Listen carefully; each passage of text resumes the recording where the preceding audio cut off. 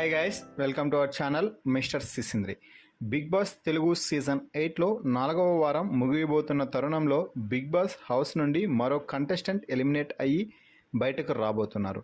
ఈ వారం నామినేషన్స్లో మొత్తం 6 మంది హౌస్మేట్స్ ఉంటే వీరిలో నుండి ఈ వారం సోనియా ఎలిమినేట్ అయ్యి బయటకు రాబోతుంది. ఎందుకంటే సోనియాకి అందరికంటే తక్కువ ఓటింగ్ జరిగింది.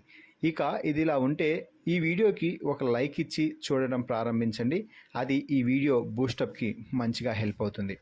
ఇక అసలు సంగతి ఏంటి అంటే, సోనియా ఎలిమినేషన్ పక్కన పెడితే ఈ వీక్ సోనియా ఎలిమినేషన్కి ప్రత్యక్ష పరోక్ష కారణం నిఖిల్ అని చెప్పవచ్చు. ఎందుకంటే ఈ వీక్ నామినేషన్స్ ప్రక్రియ ముగిసే సమయంలో చివర్లో బిగ్ బాస్ ఒక ట్విస్ట్ అయితే ఇవ్వడం జరిగింది. బిగ్ బాస్ చీఫ్ అయిన నిఖిల్కి ఒక స్పెషల్ పవర్ అయితే ఇచ్చాడు.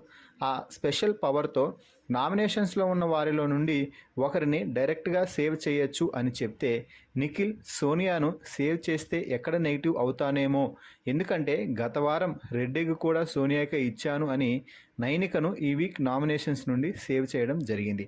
ఈ విషయం గురించి పృథ్వీ, సోనియా అప్పటికే నిఖిల్కి క్లాస్ కూడా పీకారు నామినేషన్స్ తర్వాత. అదే ఇక్కడ మిస్ఫైర్ అయినట్టు స్పష్టంగా అర్థమవుతుంది. నిఖిల్ దృష్టిలో సోనియా సేవ్ అవుతుంది అని, తన ఫ్యాన్స్ కూడా సోనియాకి ఓట్లు వేస్తారులే అని నైనికను సేవ్ చేసి మంచి అనిపించుకోవాలని ప్రయత్నం అయితే చేశాడు. అయితే నిఖిల్ గేమ్ను సోనియా పాడు చేస్తుంది అంటూ నిఖిల్ ఫ్యాన్స్ సోనియాకి ఒక్క ఓటు కూడా వేయలేదని చాలా స్పష్టంగా అర్థమవుతుంది.